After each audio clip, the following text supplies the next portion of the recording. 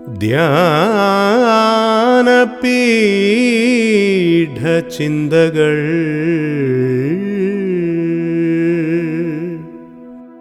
ധ്യാനപീഠചിന്തകൾ, a devotional thought for worship. കർത്താവും രക്ഷിതാവുമായ യേശുക്രിസ്തുവിൻ്റെ പരിശുദ്ധ നാമത്തിൽ ഏവർക്കും ധ്യാനപീഠ ചിന്തയിലേക്ക് പ്രഭാതത്തിൽ സ്വാഗതം. ഇന്നത്തെ ധ്യാനത്തിനായി യെഹെസ്കേൽ പ്രവചനം 7-ാം അധ്യായം 9-ാം വാക്യം, book of Ezekiel chapter 7 verse 9. എൻ്റെ കണ്ണ് ആദരിക്കാതെയും ഞാൻ കരുണ കാണിക്കാതെയും നിൻ്റെ നടപ്പിന് തക്കവണ്ണം ഞാൻ നിന്നോട് പകരം ചെയ്യും. ഇസ്രയേൽ ജനതയോടുള്ള ബന്ധത്തിൽ ദൈവത്തിൻ്റെ അരുളപ്പാടാണ് ഇവിടെ രേഖപ്പെടുത്തിയിരിക്കുന്നത്. ഇസ്രയേലിൻ്റെ പാപം അതികഠിനമായി വർദ്ധിച്ചിരിക്കുകയാണ്.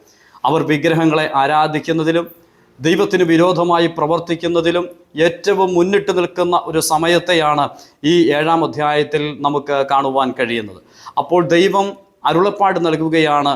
2 പ്രധാനപ്പെട്ട പദപ്രയോഗങ്ങൾ ആദ്യം അവിടെ ഉപയോഗിച്ചിട്ടുണ്ട്. ഒന്ന്, എൻ്റെ കണ്ണ് ആദരിക്കാതെയും ഞാൻ കരുണ കാണിക്കാതെയും എന്നാണ് രേഖപ്പെടുത്തിയിരിക്കുന്നത്. ഞാൻ നിന്നോട് പകരം ചെയ്യും. ഞാൻ നിന്നോട് പകരം ചെയ്യുന്നതിൻ്റെ കാരണം നിൻ്റെ അതികാഠിന്യമുള്ള പാപമാണ്. ആ പാപത്തെ എനിക്ക് ഒരു നിലയിൽ പോലും ക്ഷമിക്കുവാൻ കഴിയുന്നതല്ല. പാപത്തിൻ്റെ മേൽ പാപം പ്രവർത്തിച്ചു കൊണ്ടുപോകുന്ന ഇസ്രയേലിൻ്റെ പരിതാപകരമായ അവസ്ഥയെ ദൈവത്തിൻ്റെ ആത്മാവ് ചൂണ്ടിക്കാണിക്കുകയാണ്. എന്നാൽ പറയുകയാണ്, ഞാൻ നിന്നെ ആദരിക്കാതെയും നിന്നോട് കരുണ കാണിക്കാതെയും ഞാൻ നിന്നോട് പകരം ചെയ്യും.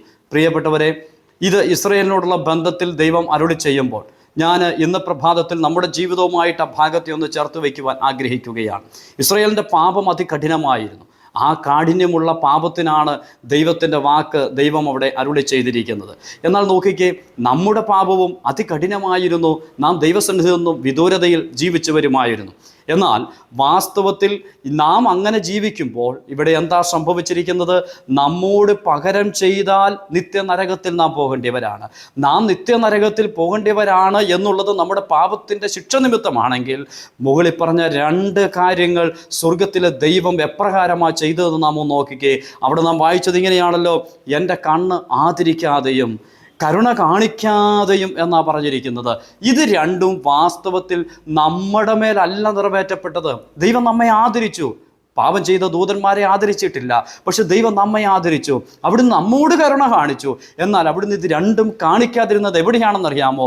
നമ്മുടെ നടപ്പ് തെറ്റാണ്. നാം പാപത്തിലേക്കാണ് പോകുന്നത്.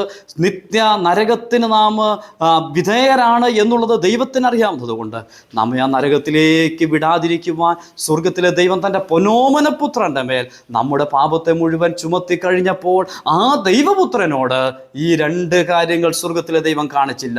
ആ പുത്രനെ ദൈവം ആദരിച്ചില്ല. തൻ്റെ പൊന്നോമന പുത്രൻ ക്രൂശിൽ കിടന്ന് നിലവിളിക്കുമ്പോൾ സ്വർഗം മൗനമായിട്ടിരുന്നു.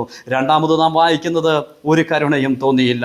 കാൽവറിയിലെ കൊലമരത്തിൽ കിടന്ന് അതികാഠിന്യമുള്ള വേദന സഹിക്കുന്ന ദൈവപുത്രൻ്റെ നിലവിളി സ്വർഗം കേട്ടില്ല, ഒരു കരുണയും കാണിച്ചില്ല. എന്തിനായിരുന്നു? നടപ്പിന് തക്ക പകരം ചെയ്യും. ആ നടപ്പിന് തക്കവണ്ണം നമ്മോട് പകരം ചെയ്യേണ്ട സ്ഥാനത്ത് നമ്മുടെ മേലുണ്ടായിരുന്ന സകല ശിക്ഷയെയും ദൈവപുത്രൻ്റെ മേൽ ചുമത്തിക്കൊണ്ട് നമ്മെ ആ നാശകരമായ അവസ്ഥയിൽ നിന്ന് വീണ്ടെടുത്ത ദൈവസ്നേഹത്തിന് മുമ്പാകെ ഇന്ന് പ്രഭാതത്തിൽ സർവ്വമഹത്വവും നമുക്ക് അർപ്പിച്ച് അവിടുത്തെ നമുക്ക് ആരാധിക്കാം, മഹത്വപ്പെടുത്താം. അവിടുത്തെ വിലയേറിയ നാമം മഹിമപ്പെടുമാറാകട്ടെ.